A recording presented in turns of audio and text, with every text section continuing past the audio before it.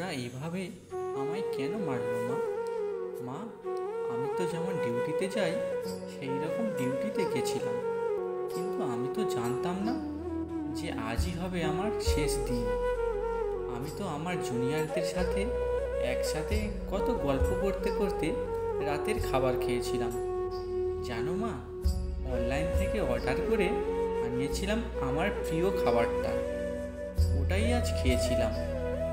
তখনও যদি একটু বুঝতে পারতাম এটাই শেষ খাওয়া, এটাই শেষ গল্প।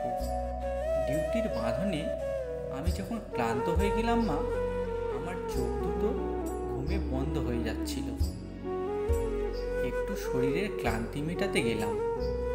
তখনও যদি বুঝতাম মা সারা জীবনের মতো বিশ্রামে চলে যাব। তখন ভোর রাত, আমি ওয়ার্ডে একা। তখন ভোরের শীতল বাতাসে আমার একটু ঠান্ডা লাগলে আমি লাল চাদরটা ঢাকা দিয়ে একটু চোখ বন্ধ করেছিলাম শুধু। সেই সময়ের অপেক্ষায় থাকা ওরা আমার সাথে। মা, আমার খুব কষ্ট হচ্ছিল জানো তো। অনেকবার আমি বারণ করেছিলাম, চিৎকার করেছিলাম, বাঁচাও বাঁচাও, কে আছো, আমাকে বাঁচাও। কিন্তু কেউ আমার চিৎকার, আমার আর্তনাদ শুনতে পারলো জানো তো মা। আর ওরা আরো পশুর থেকেও বিচ্ছিরি ব্যবহার করতে লাগলো, খেলতে লাগলো আমাকে নিয়ে। ওরা, আমি ওদের হাতে পায়ে পড়লাম জানো তো। আমি এটাও বললাম যে আমাকে ছেড়ে দাও, দয়া করে ছেড়ে দাও, আমি কাউকে কিচ্ছু বলবো না, আমাকে যেতে দাও। কিন্তু ওরা আর আমায় তোমার কাছে একবার যাওয়ার সুযোগটা দিল না।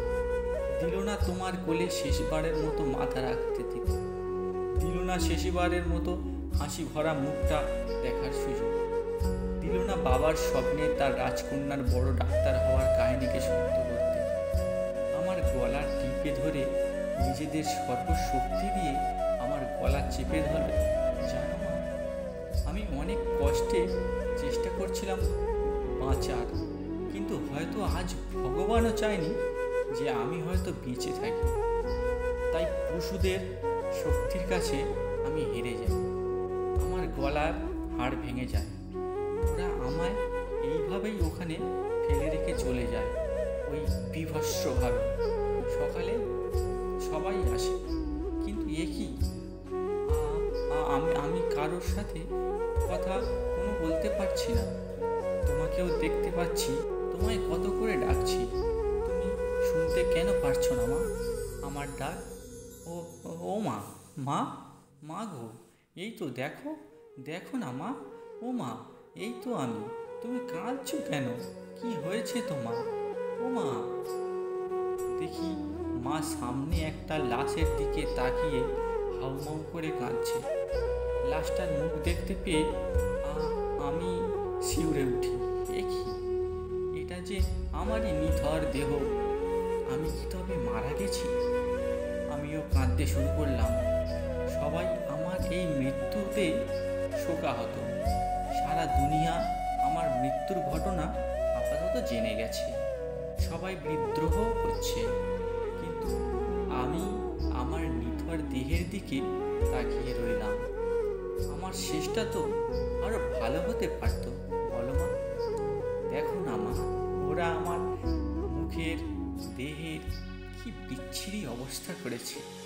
দেখো মা, আমার চিৎকার করতে ইচ্ছা করছে, কিন্তু আমার আওয়াজ এখানে কেউ শুনতে পারছে না।